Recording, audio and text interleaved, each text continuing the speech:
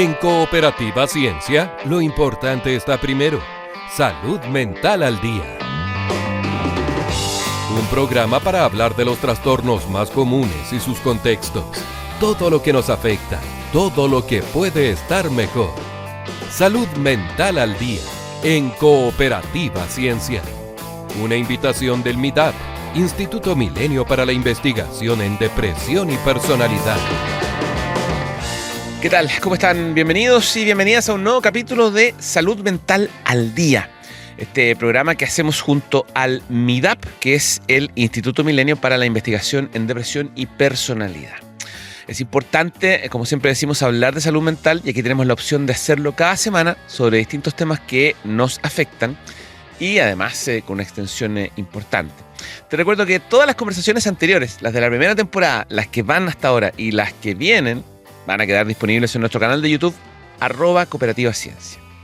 Hoy vamos a hablar sobre abuso sexual infantil, sus consecuencias, pero sobre todo de los procesos de recuperación. Mi nombre es Jorge Lira y te doy la bienvenida a Salud Mental al Día. Con todo lo que nos afecta y todo lo que puede estar mejor. Seguimos compartiendo Salud Mental al Día. El abuso sexual infantil es un drama que afecta en varias dimensiones, ¿no? Claro, hay una víctima, pero también hay un entorno cercano, como el familiar o el cotidiano, como el social, en fin, que juegan un rol. Queremos hablar de la recuperación desde estas perspectivas. Y para eso tenemos a Claudia Capela. Es psicóloga, máster en salud mental del niño y adolescente, doctora en psicología, académica del Departamento de Psicología de la Facultad de Ciencias Sociales de la Universidad de Chile e investigadora adjunta MIDAP. Claudia, ¿qué tal? ¿Cómo estás? Bienvenida. Hola, muchas gracias por la invitación. Bueno, Claudia, lo dijimos al comienzo, esto se trata de abordar o poner mucho énfasis en la recuperación. Por lo tanto, la primera pregunta es ¿cómo se aborda desde la psicoterapia el daño que le genera a un niño el abuso sexual? Bueno, tal como tú dijiste, las experiencias de abuso sexual son muy dolorosas, tanto para el niño, niña o adolescente que lo vive como para su familia. Entonces, obviamente, dentro del proceso de intervención, lo primero es la contención, ¿cierto? La acogida, tanto al niño como a su familia. Muchas veces también hay acciones judiciales en curso, o si no es importante, la asesoría para el inicio de esas acciones. Entonces, hay todo un proceso inicial que es muy como nosotros le llamamos como de intervención en crisis o de contención inicial, ¿ya? ¿Y eso tiene una duración? Mira, en general, estas son psicoterapias, obviamente va a depender del caso, pero en general son psicoterapias en el mediano y largo plazo, ¿ya? Por ejemplo, las que están desde el servicio público duran alrededor de un año, en la psicoterapia en un contexto particular pueden ser más largas aún, porque el foco de la psicoterapia en estos casos tiene que ver con cómo con una experiencia tan dolorosa que ha vivido el niño y que, como tú decías, trae consecuencias también a nivel familiar y del entorno cercano, cómo favorecemos que una experiencia tan dolorosa no genere un daño en el corto, mediano y largo plazo en la persona. Entonces, de alguna manera, el objetivo que nosotros le llamamos en la psicoterapia es la resignificación de la experiencia. ¿Y qué significa eso? Esta es una experiencia dolorosa y ese dolor es difícil en el fondo como obviarlo. De hecho, parte de la intervención es reconocer el dolor que implica, pero el poder integrarlo a la vida. Es una experiencia difícil que se ha vivido, pero en la vida hay otras experiencias también. Entonces, parte de lo que implica resignificar es reconocer todo lo que implicó la experiencia, el daño, el poder entender lo que implicó, ¿cierto? Pero también implica ver cómo podemos seguir con la vida habiendo vivido esta experiencia. Claudia, y me imagino que la edad juega un rol, juega un papel acá. O sea, es distintas formas de abordarlo dependiendo de la edad también, ¿no? Por supuesto, específicamente yo trabajo y he investigado en casos de niños, niñas y adolescentes. Y obviamente el factor como evolutivo, que edad tenga el niño, influye muchísimo, ¿ya? En el caso de los adolescentes se trabaja harto a nivel verbal o con narrativa. Nosotros trabajamos harto con uso de cuentos o uso de cartas. Pero en el caso de los niños y niñas, un componente fundamental es el uso del juego.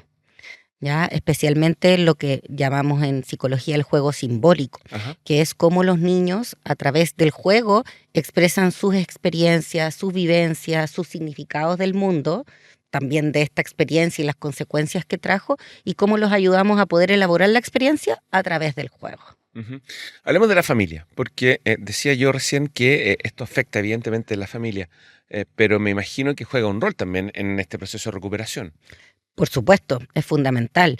En las familias, bueno, ha habido como toda una conceptualización de poder entender que los familiares más cercanos, en general los padres o también a veces los hermanos, son víctimas indirectas de la experiencia de abuso, Ujú. ¿ya? Porque en general sabemos que los abusos ocurren o por familiares o personas del entorno cercano del niño, niña o adolescente, y por lo tanto también impacta a la familia, ¿cierto? Que un tío o un vecino o un conocido transgreda al niño, también implica una transgresión de la confianza que la familia depositó Claro en que esta sí. persona. Entonces, por supuesto que también hay un componente muy importante de apoyo a la familia, de que que la podamos contener o que la podamos ayudar a comprender también lo que pasó, los efectos, y también a que ellos puedan integrar la experiencia en su Ujú. vida. Pero también se ha visto que el rol de la familia y especialmente de los adultos responsables es fundamental para el proceso de recuperación del niño, niña o adolescente. O sea, el apoyo que la familia pueda entregar es fundamental para Ujú. una recuperación del niño. Sé que la pregunta es obvia, pero ¿por qué es tan fundamental? Bueno, se ha visto que uno de los elementos que ocurre en el fenómeno del abuso sexual infantil es que el niño suele sentirse muy culpable por la experiencia, muy avergonzado, y que él ha hecho algo malo, que él ha sido responsable también por lo que ocurrió, y mucha vergüenza porque siente que es algo que lo dañó, Ujú. ¿ya? Y por lo tanto, un elemento fundamental de la familia es que puedan acompañarlo en eso, ayudarlo a sentir su valor personal, el que él no tuvo la responsabilidad, es que esto no lo avergüenza a él, sino que avergüenza a quien realizó esto.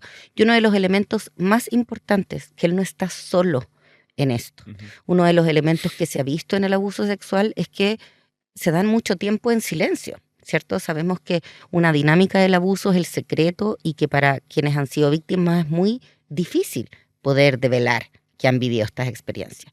Entonces el acompañamiento es fundamental para que no se sientan solos en esta vivencia y que la familia pueda ayudarlos como a recuperar ese poder personal, pero también ese sentir más como comunitario. Ujú. Estamos en Salud Mental al Día, estamos con Claudia Capela, ella es psicóloga, máster en Salud Mental del Niño y Adolescente, doctora en Psicología, académica del Departamento de Psicología de la Facultad de Ciencias Sociales de la Universidad de Chile e investigadora del MIDAP, con quien hacemos este espacio. Claudia, bueno, lo de la familia queda claro, y en términos del entorno, digo, no necesariamente de la familia más lejana, me refiero al entorno social. Esto es, los niños que son tan sociables, que salen a la calle, que se juntan con los amigos, que, en fin, están en el colegio, etcétera. Eso complejiza, me imagino, un poco el proceso, ¿no? En términos de, no quiero decir obstáculos, pero le pone algunas piedras en el camino a este proceso, porque ahí se vuelve, o sea, me imagino que parecen variables media incontrolables. Bueno, ambas cosas. O Ujú. sea, lo que hemos visto en las investigaciones y en la experiencia clínica es que como el entorno, ya sea como el entorno familiar o también el entorno social, pueden ser por un lado un dificultador Ujú. o pueden ser por otro lado un favorecedor del proceso de cambio en el niño. ¿En qué sentido? Por ejemplo, ya que hablábamos de la familia, uno de los elementos que se ha visto es como la importancia del apoyo de la familia para la recuperación, ¿Ya? pero por otro lado, también suelen haber quiebres familiares o a veces hay casos en los cuales algunas figuras de la familia no le creen al niño, Ujú. y eso obviamente dificulta el proceso. Ahora, con el entorno social, o por ejemplo, ya que tú nombraste como los pares, pasa un poco algo similar, ¿ya? Ocurren casos es que muchas veces cuando otros del entorno se enteran del abuso sexual del niño, toman una actitud negativa, ¿ya? O sea, se alejan o incluso a veces hay casos que otros niños los bromean o los estigmatizan por haber sido víctimas de abuso sexual.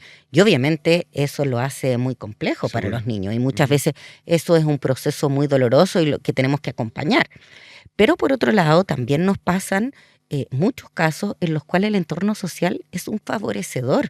O sea, el que los amigos los entienden, los amigos los escuchan, o en el caso muchas veces de los adolescentes, los pololos, entienden por lo que vivieron, les tienen paciencia, o por ejemplo recuerdo una niña que a mí me decía, es que cuando yo estoy triste mis amigas saben lo que pasó y entonces me ayudan como a sacarme de esa tristeza, a conectarme con otras cosas. Entonces el entorno social también puede favorecer el proceso, quizás no directamente hablando de lo que pasó, pero sí con otro tipo de estrategia. Además, como ya te decía, una de las consecuencias que muchas veces tienen las experiencias de agresión sexual es el sentimiento de soledad y de aislamiento. Entonces, el ser parte de un grupo, el que otros niños te acepten, te integren en el grupo, son elementos que van a favorecer también la recuperación. Entonces, es algo que podemos potenciar. A propósito de entorno social, ¿hay alguna diferencia en términos de abordar el tema desde el punto de vista desde el punto de vista social, en términos de lo que es de grupo alto, grupo bajo, en términos de ingreso, de vulnerabilidad? ¿Hay alguna diferencia en eso? Porque siempre había un estigma también desde fuera respecto de lo que ocurre en la clase alta se esconde, lo otro es finalmente mucho más visible, en fin. Bueno, uno de los elementos que se ha visto y es como el primer mito como a romper es que efectivamente las experiencias de abuso sexual infantil ocurren en todos los niveles socioeconómicos, ¿ya? Lo que efectivamente, tal como tú dices, es que se ha visto que en niveles socioeconómicos más desfavorecidos, como están mucho más vinculados a distintos servicios sociales, desde salud, ¿cierto? U otras entidades, suele ser más como visibilizado y llegan a los centros como públicos de atención, ¿ya? Pero también hemos conocido muchos casos de nivel socioeconómico alto que también llegan a la luz y en general no tenemos tanto conocimiento porque en términos, por ejemplo, de psicoterapia llegan a la práctica más privada, no como a centros públicos de atención. Un poco en la experiencia, lo que hemos visto y en nuestra experiencia también trabajando con centros públicos, donde a veces también reciben personas de niveles socioeconómicos más altos, es que muchas veces hay un factor como judicial que se complejiza, ¿ya? ¿Por qué? Porque muchas veces en niveles socioeconómicos altos el poder adquisitivo es mayor y por lo tanto la participación de abogados querellantes, abogados defensores, etcétera, aumenta. Entonces, como la complejidad judicial de los casos a veces es mayor.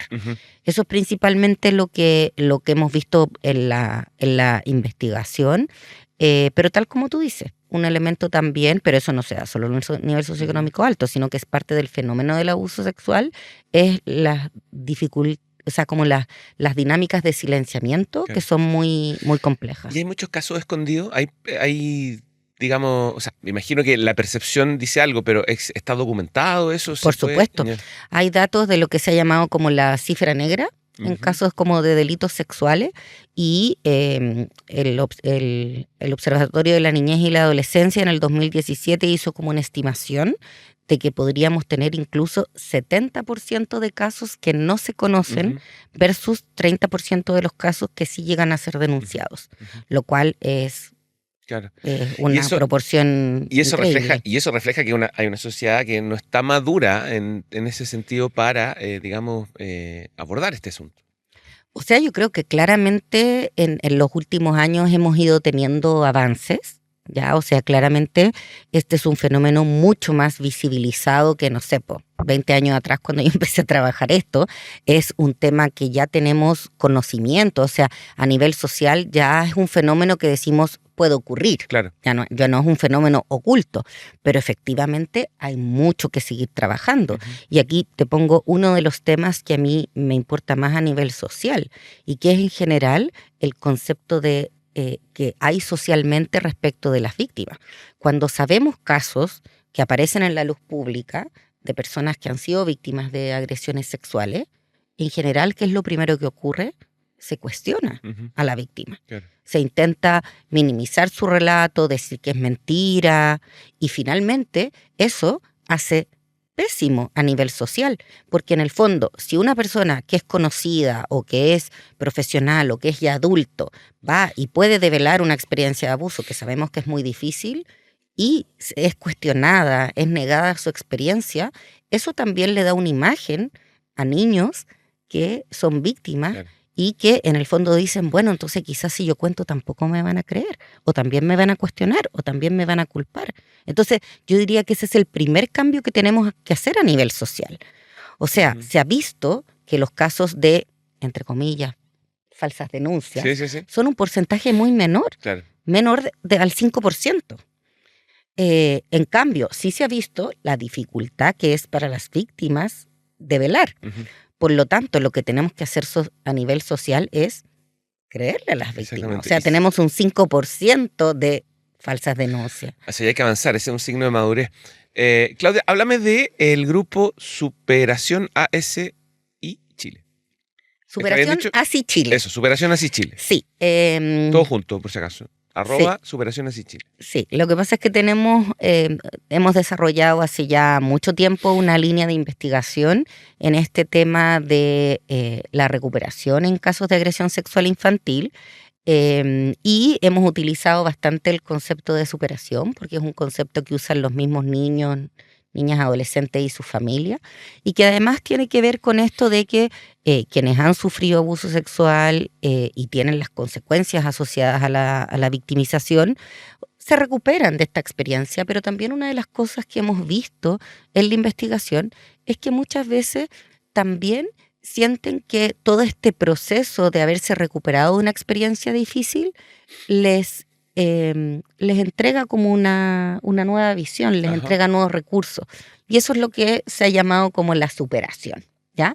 Entonces, nuestro grupo se llama @superación ASI por la sigla de Abuso Sexual Infantil Chile, ¿ya? Y tenemos un Instagram yo diría hace alrededor de 2 años, que está dirigido principalmente a profesionales que trabajan en esta temática, y en el cual vamos compartiendo resultados de artículos, investigación, presentaciones a congresos, y que cumple como el objetivo de poder visibilizar la investigación que estamos desarrollando y poder hacerla como accesible de una manera como más amigable que lo que es un paper científico. Claro. Sí, seguro. Oye, bueno, ya lo dijiste en algunos pasajes, pero me gustaría cerrar la conversación con eso. ¿Se recupera del todo? Por supuesto. Es difícil, es muy difícil. Requiere paciencia. Por supuesto, y lo que hemos visto a través de los mismos relatos de los niños, los adolescentes, las familias, es que se logra la superación, ¿ya? Pero el lograr la superación no implica decir este es el punto final, ¿ya? O sea, en general lo que nos dicen los niños, los adolescentes, las familias al final sus procesos de psicoterapia es que lograron superarlo. En el fondo lograron integrarlo a su vida, tener una perspectiva de futuro en la cual en el fondo la experiencia de abuso no es lo único que está en su visión de vida o de futuro, pero de manera muy importante también plantean que esta es como una vivencia o lo que han llamado autores internacionales, que es como un proceso en curso. O sea, se logra superar, pero no es que se supera y se olvida, Claro. sino que en el fondo esta Mejora es una continua. Exacto, es una experiencia que te va a acompañar en distintos momentos de tu vida. Ya tienes mucho más recursos para afrontarla y para, en el fondo, continuar tu vida, pero es algo que quizás en otros minutos vas a recordar, va a volver a doler, y es esperable que así ocurra, ¿cierto? Porque es una experiencia significativa en tu vida, pero sí se logra superar y sí se logra vivir con eso. Y una de las cosas bonitas que muchas veces nos dicen los mismos niños y las familias es que sienten que el haber superado una experiencia tan difícil les hace sentir que tienen como nuevos recursos. Y sin miedo a contarlo, ojo, siempre, sin miedo a contarlo. Claudia Capela es psicóloga, máster en salud mental del niño y adolescente, doctora en psicología, académica del Departamento de Psicología de la Facultad de Ciencias Sociales de la Universidad de Chile e investigadora adjunta MIDAP, por cierto. Claudia, muchas gracias. Muchas gracias a ti. Junto al MIDAP, en Cooperativa Ciencia seguimos revisando Salud Mental al Día. Nosotros lo vamos a dejar hasta aquí. Los quiero invitar a que revisen los capítulos anteriores de Salud Mental al Día, los de la primera temporada también, y los que vienen, por cierto, todos disponibles en nuestro canal de YouTube, @Cooperativa Ciencia. Nos vamos a encontrar en la próxima, como siempre, para conversar sobre salud mental. Que estén muy bien. Chao, chao. En Cooperativa Ciencia fue Salud Mental al Día, con todo lo que nos afecta y todo lo que puede estar mejor. Salud Mental al Día, una invitación del MIDAP, Instituto Milenio para la Investigación en Depresión y Personalidad.